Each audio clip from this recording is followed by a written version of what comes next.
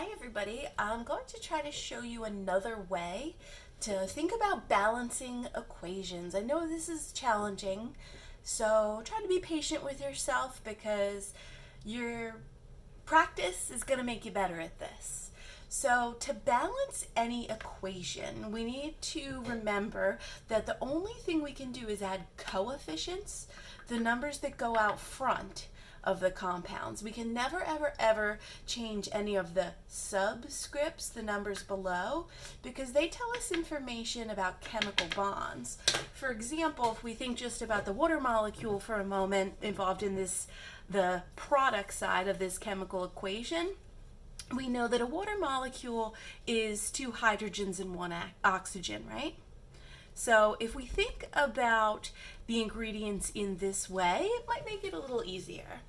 So we do need to start by counting the number of atoms of each kind of element on both sides of the equation. So we'll start here on our reactant side. So on our reactant side to begin with, because there is no subscript of carbon, we know that we have just one atom of that element. In that compound, which happens to be methane, in addition to our one carbon, we have 4 hydrogens for every one carbon. So if we add that to our list, there's 1 hydrogen, there's a second and third hydrogen, and a 4th hydrogen. Of course, this chemical formula here tells us that there are 4 hydrogens for every 1 carbon. So we've represented this compound this way. And we also, on our reactant side, have 2 oxygens bonded to each other. Colors don't matter. I'm just counting out my number of each kind of atom here to start. So I've got my 1 carbon, my 4 hydrogens, and my 2 oxygens. So now I can ignore my reactant side for a moment and just look at the products. So when I look at the products, I have 1 carbon to start with. Because there is no subscript, no number below here after the carbon, we know that there's just 1 atom of that element. We'll do hydrogen next because we did that next on our reactant side. And on our product side, we're starting here with just 2 hydrogens. Okay, so there's our 2 hydrogens. And we actually have 3 oxygens on this product side because I have 2 oxygens right here plus the 1 oxygen right here. So 1, 2, 3 oxygens to start with. So now that I've counted all my atoms on both sides, now I need to compare. My carbons are balanced. I have 1 of each of that kind of element, but my hydrogens are not balanced and my oxygens are not balanced either. So I'll start by trying to balance my hydrogens.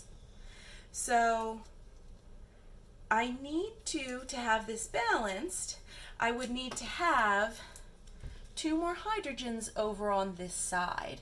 And I can't just go changing any chemical bonds, but what I can do is add a whole nother one of those water molecules to this side. So I'm adding a whole nother of this molecule. And to show that, I'm adding the coefficient of 2 right here. So I added a whole nother water molecule, which means that the 2 got distributed to the hydrogen, but it also got distributed to the oxygen. So now instead of having just 3 oxygens on this side, I added another oxygen. So I, of course, have my 2 oxygens here. This 2 gets distributed to this oxygen.